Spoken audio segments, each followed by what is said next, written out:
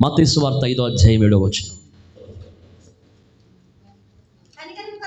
కనికరము గలవారు ధన్యులు, వారు కనికరమును పొందుతారు. చాలండి.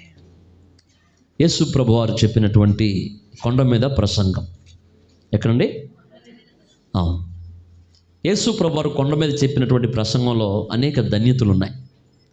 ఆ ధన్యతల్లో ఒక ధన్యత ఈరోజు మీకు చెప్పడానికి పరిశుద్ధాత్ముడు ప్రేరణ బట్టి మీకు చెప్తున్నా. కనికరం అనేది చాలా ప్రాముఖ్యమైనది. దేవుని నామానికి స్తోత్రం. కనికర పడుట, ఏనండి?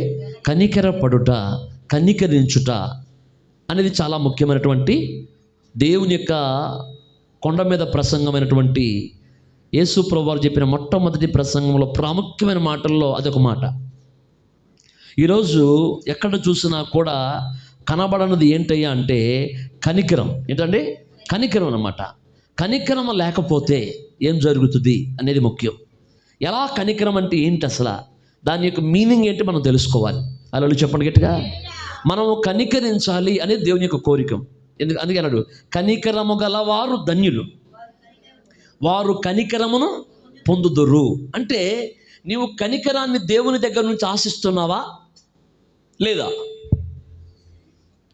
దేవుడు నన్ను కనికరించాలి, దేవుని కనికరము నా మీదకి రావాలి, దేవుని కనికరం నా కుటుంబం మీదకి రావాలి, దేవుని కనికరం నాకు ఉన్నటువంటి సమస్యల మీదకి రావాలి, ఆయన కనికరించకపోతే నా జీవితం ఏమైపోద్దో అని మీలో ఎవరైనా అనుకుంటే ప్రభువు చెప్తున్నాడు, ఆ కనికరాన్ని దేవుడు నీకు ఇచ్చే ముందు నువ్వు చేయాల్సిన పని నీవు కనికరించడం స్టార్ట్ చేయాలి. అలా చెప్పండి గట్టిగా. కొన్ని ఉన్నాయి నువ్వు చేస్తే నీకు ఇవ్వబడేవి, అర్థండి. కొన్ని ఉన్నాయి దేవుడు చేసే ఉన్నాయి, ఆయనంతటికి ఆయన ఇచ్చే ఉన్నాయి. కానీ కొన్ని మాత్రము నువ్వు ఎలా ప్రవర్తిస్తావో నీతో అలా ప్రవర్తించబడే పరిస్థితులు కొన్ని ఉన్నాయి. అలా చెప్పండి గట్టిగా. కనికరము కనికరము ఒక చోట నాడు దయగల వారిపై కఠినుల ఎడల నువ్వు కఠినంగా ఉన్నావు అనుకో, నీ విషయంలో దేవుడు కూడా కఠినంగానే ఉంటాడు. ఏంటి ప్రభువా ఇంత కఠినమైనటువంటి పరిస్థితి అంటే ప్రభువు చెప్తాడు, అది మొదట నీ నుంచే స్టార్ట్ అయింది, అది మొదట నీ నుంచే మొదలైంది. నువ్వు కనికరమ లేకుండా నువ్వు కఠినంగా ఉన్నావు కాబట్టి నేను కూడా నీ ఎడల కఠినంగా వ్యవహరిస్తున్నాను. నువ్వు ఏ కొలత కొలుస్తావో అదే కొలత నీకు కొలవబడుతుంది. నువ్వు ఇతరులకి నీకేం చేయాలని కోరుకుంటున్నావో అది మొదట నువ్వు ఇతరులకు చేయాలి. అది నీ లోపల కనుక లోపిస్తే నువ్వు దాన్ని పొందనేరు. ఇంకొక మాట చెప్పరా, నీ కనికరము భూమి మీద వరకే, కానీ దేవుని కనికరం పరలోకము వరకు. అంటే ఒక మాటలో చెప్పాలంటే నీ నుంచి వెళ్ళే కనికరము నువ్వు పొందే కనికరానికి దోహదపడుతుంది. నువ్వు ఎలా కనికరం లేకుండా ప్రవర్తిస్తావో దేవుడు కూడా అలాగే ప్రవర్తిస్తాడు. దేవుని స్తోత్రం చెప్పండి. ఒకటి గుర్తుపెట్టుకోండి, దేవుడు కఠినుల ఎడల రేపు అట్లానే ప్రవర్తిస్తాడు. అందుకే బైబిల్లో ఏం రాసింది తెలుసా అండి? యాకోబు పత్రిక 2:13 చూడండి ఒకసారి.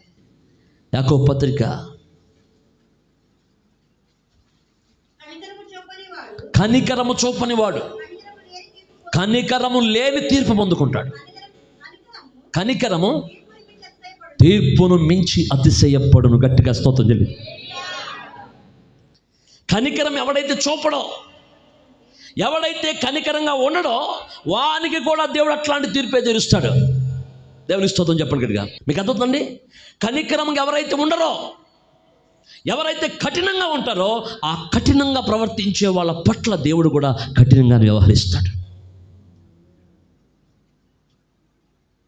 అల్లు చెప్పండి గట్టిగా. మీరందరూ గుర్తుపెట్టుకుని, ఎంతమందికి దేవుడు కనికరం అంటే తీర్పును మించి, అంటే ఎవరైతే కనికరంగా ఉంటారో దేవుడు అంట వాళ్ళ లోపాలు రేపొద్దున పోన్లా ఇంత జాలిపడి ఇంత కనికరపడి ఊరికే జాలిపడే మంచి మనసు కాబట్టి ఇట్లాంటి వాళ్ళు నరకంలో ఎట్లా వేస్తాను, దేవుడికి జాలి కలగదా? నువ్వు కూడా కనికరంగా అన్న ఉండి చావు, దేవుడు ఆ కనికరాన్ని బట్టైనా రేపొద్దున నీకు పరలోకాన్ని ఇస్తాడు. పోన్లే వీళ్ళు కఠినంగా లేరు, ఊరికే ఊరికే పట్టు విడిపోంది, వీళ్ళకి పట్టుదల లేదు. ఏ విషయాల్లో పట్టుదల ఉండాలో ఆ విషయాల్లో పట్టుదల ఉండాలండి. ప్రార్థన ఎందుకు చేయలేకపోతున్నాను? పట్టుదల రాదు ఆ విషయంలో. ఈ పళ్ళెం ఎందుకు లేపలేను ఇప్పుడు నేను? మొత్తం లేపేస్తా మూడు పూట్ల. ఇందులో పట్టుదల ఎందుకు నీకు? నేను ఎందుకు ప్రార్థన చేయలేకపోతున్నా? ఈ లోపాన్ని నేను ఎందుకు మానుకోలేకపోతున్నా? ఈ బలహీనత నాకు ఎందుకు? వీటిమే మనకు పట్టుదల ఉండాలి. కానీ అనవసర విషయాలు ఏంటంటే పట్టుదల ఎందుకండి? దేవుడు అదే చెప్తున్నాడు, కనికరమును మించి అతిశయపడేది తీర్పు కనికరమును మించి తీర్పును మించి కనికరం. ఈరోజు వాక్యం వెంటనే మీరు గుర్తుపెట్టుకోండి. మనందరం సంఘమస్తుల నుండి మనందరి బట్టలు ఎలా ఉంటారు? మనం ఊరికే కనికరపడాలండి. బైబిల్లో ఒక మాట ఉంది, ఆయన కనికరము చూపుటి యందు బలిని కోరను, కనికరమునే కోరుచున్నాను. నేను బలి కోరట్లా, బలులొద్దు, నాకు కనికరం కావాలి. ఇది దేవుని స్వభావం. గట్టిగా చెప్పండి, గట్టిగా హల్లెలూయా. ఇది దేవుని స్వభావం అండి. లూకా సువార్త 6:36 ఏమని చెప్పిన? లూకా 6:36 కొంచెం రాసుకోండి వీలైతే.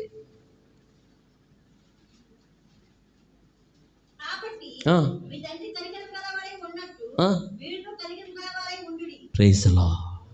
నీ తండ్రి ఎవరో? మీ తండ్రి ఎవరో చెప్పండి. మీ నాన్న కాదు. మీ నాన్న పరమ మూర్ఖుడు. మీ నాన్న కాదు నేను చెప్పేది. మా నాన్న కాదు, యేసయ్య మన తండ్రి. ఆయన కనికరము కలిగి ఉన్నట్లుగా మీరు కూడా.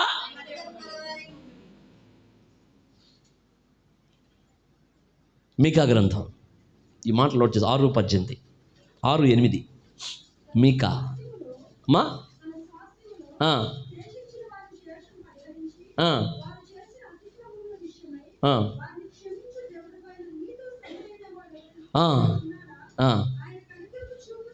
ఆయన కనికరము చూపుటి యందు సంతోషించేవాడు. అది అంటే గుర్తుపెట్టుకోండి, నాకు బద్దాల కోపం వస్తున్న వాళ్ళ దగ్గర ఏముండదు? కనికరము. నిరంతరం కోపం నిరంతరం వచ్చిందనుకోండి, దానికి వాల్యూ ఉండదు. ఎప్పుడైనా గుర్తుపడి పద్దాగా కోపపడతారే వాళ్ళకి విలువ ఉండదు. సమాజంలో విలువ ఉండదు, ఇంట్లో విలువ ఉండదు, సంఘంలో కూడా విలువ ఉండదు. ఎక్కువగా ప్రతిసారి కోపపడే వాళ్ళకి. నీ కోపము అర్థవంతంగా ఉండాలి. ఎలా ఉండాలి? పలానా మనిషి కోపం వచ్చిందంటే ఏదో సంథింగ్ జరిగిందిరా అనుకోవాలా మిమ్మల్ని. లేదా కోపిష్టి మనిషిలే, కోపిష్టాడు అనకూడదు మిమ్మల్ని.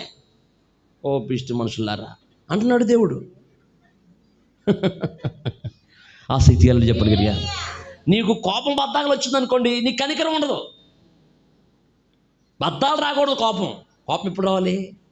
సందర్భాన్ని బట్టి రావాలి. ప్రతి అసందర్భం ఆల్వేజ్ ఆన్లైన్లో ఉండకూడదు. గట్టిగా చెప్పండి. బైబిల్ చెప్తుంది, అసలు క్షమించే వారిలో నీతో సముడైన దేవుడు ఉన్నాడా? ఎందుకో తెలుసా? నువ్వు కనికరాన్ని కోరుకుంటావు. నీ పరలోకపు తండ్రి ఎవరో? కనికరము గలవాడు. కనికరము కలిగిన వాడు కనికరము గల తీర్పు పొందుతాడు. కనికరము లేనివాడు కనికరము లేని తీర్పు పొందుతాడు. కనికరము తీర్పుని మించి అతిశయపడుతుంది. ఈరోజు మీరు కనికరపడుతున్నారు ఎవరి మీదైనా? ఎవరెవరి మీద కనికరపడాలో చెప్తాను తర్వాత. అసలు ముందు కనికరం అనే స్వభావం నీకుందా? నీ పరలోకపు తండ్రి కనికరము గలవాడు. అసలు ఆయన కనికరము గలవాడు కాబట్టే ఈరోజు మనందరము క్షమించబడ్డాం. దేవుని కనికరం చాలా గొప్పదండి. ఈరోజు నువ్వు కనుక కనికరం కలిగి ఉన్నావు అనుకో, రేపు పొద్దున తీర్పు కూడా నీకు ఉండదు. కనికరం అంటే ఏంటి? అయ్యో పాపం, ఈ సుత్తి మాటలు కాదు.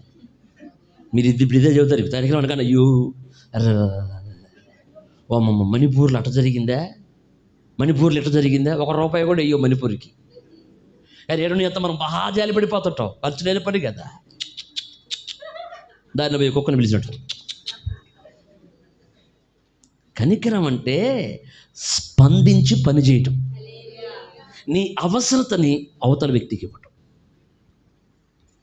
కనికరం అంటే అయ్యో అలా జరిగిందా, ఇలా జరిగిందా. కొంతమంది కనికరం అనేది మాట్లాడతారంతే. దేంట్లో? మాటల్లో కనికరం. అయ్యో అని, అర్రే అలా జరిగిందా, వామ్మా కాదు. యెరూషలేము కాలిపోయిన తెలియగానే కొన్ని రోజులు కూర్చుని ఏడ్చి వదిలేలా, ప్రార్థన చేసి వదిలేలా, వెళ్ళి పని చేశాడు. కనికరం అనేది పని. కనికరం అనేది నువ్వు చేసే చెయ్యొద్దా. కనికరం అది నీ నుంచి కలిగే సహాయం. కనికరం అనేది నువ్వు అవతల వ్యక్తికి ఇవ్వాల్సిన ఒక గిఫ్ట్, అది ఒక సహాయం. అది మరి ఈ రోజున మనలో కనికరం ఉందా? కనికర పడుతున్నావా? కఠినంగా ఉంటున్నావా? ఒకవేళ మీరు గుర్తుపెట్టుకుని ఈ వాక్యం మీరు మారమని నేనేమి చెప్పను, గట్టిగా చెప్పనులేండి. ఒకవేళ మీరు కనికరం కలిగి లేకపోతే నెక్స్ట్ టైం చెప్పినా సేమ్ దేవుడిని ఎట్లా అట్లనే ప్రవర్తిస్తాడు. ఒక మనిషి ఎట్లా కనికరం లేకుండా ప్రవర్తిస్తే ఆ మనిషి ప్రాణాలు పోగొట్టుకుంటాడేమో మణిపూరులాగా. కానీ ఒకటి గుర్తుపెట్టుకో, దేవుడు వాళ్ళని వదలడు. దేవుడు వాళ్ళని వదలడు, ఎంత మాత్రం వదలడండి. ఇది మాత్రం మీరు నమ్మి తీరాలంటే ఈ విషయాన్ని. దేవుడు ఎవ్వరిని విడిచిపెట్టడు, దేవుడు ఎవ్వరిని వదిలిపెట్టడు. కనికరించిన వాళ్ళని మాత్రము ఆయన కనికరిస్తాడు.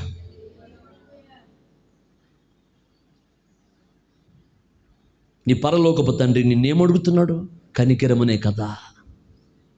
బలొద్దు ఆయనకి. నువ్వు గొర్రెలను గొడ్లను దేవుడికి అర్పించక్కర్లా. నువ్వు కేవలం కనికరము కలిగి ప్రవర్తిస్తే అదే దేవుని సంతోషం. ఈరోజు మీలో ఆ కనికరం అనే స్వభావానికి ఏమైనా అర్థం ఉందా? మనలో ఒకవేళ అలా ఉంటే ధన్యులు, అలా లేకపోతే మారాలి. ఆ విషయం మార్పు చెందాలి.